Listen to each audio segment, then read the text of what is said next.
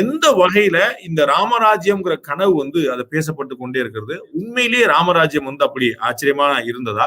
இல்லாட்டி இது வந்து ஒரு ஒரு கற்பனை தானா? ஒரு உட்டோப்பியன் தாட் தானா? இது வந்து ராமராஜ்யம்னு நம்ம இல்லாத ஒண்ண கற்பனை பண்ணிட்டு இருக்கிறோம்.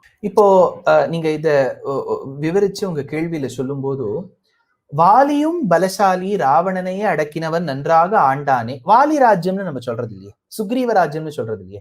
எல்லா ராஜ்யமும் க்ஷேமமா இருக்கும்போது ராமராஜ்யம்னு எதுக்கு சொல்றோம்? ஏன்னா மோஸ்ட் ஆஃப் த ராஜ்யம்ஸ் that we discuss are no of எல்லாம் தியரியில பிரமாதமா இருக்கும். ராவண ராஜ்யம்னு வச்சுக்கலாம், நல்ல ராஜ்யமா இருக்கும். ஆனா எந்த மகாத்மா காந்தியை நீங்க எடுத்துக்காட்டா முன்னாடி சொன்னீங்களோ அவர் ஒரு வார்த்தை சொன்னதா நான் கேள்விப்பட்டிருக்கேன்.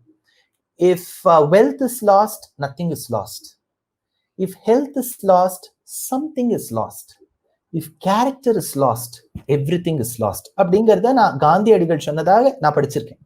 If character, சாரித்திரம் போயிடுத்துனா எல்லாமே போயிடுது. வாலி தன்னுடைய சொந்த தம்பி சுக்ரீவனுடைய பத்னி ருமாவை கடத்தி வச்சிருந்தான்.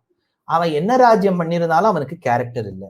ராவணன் உயர்ந்தவன், நன்னா படிச்சவன். ஆனா எத்தனையோ பெண்களிடத்தில் ஒரு ராஜாவே, நாட்டை ஆளக்கூடிய ராஜாவே மக்கள்ல இருக்கக்கூடிய பெண்களை வந்து சூறையாடினால் ரேப் பண்ணிட்டான்னா அப்புறம் அவன் என்ன படிச்சிருந்தா என்ன பிரயோஜனம்?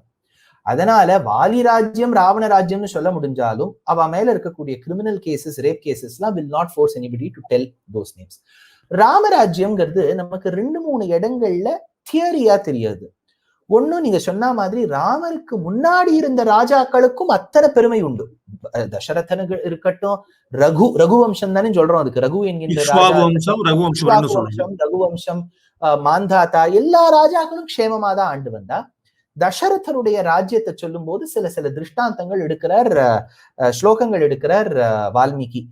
திருஷ்டிர் ஜெயந்தோ விஜயோ சுராஷ்டிரோ ராஷ்டிரவர்தனஹ அகோபோ தர்மபாலஸ்ச சுமந்த்ரோ அஷ்டமோ பவத். 8 விதமான மந்திரிகள் இருந்தார்களாம்.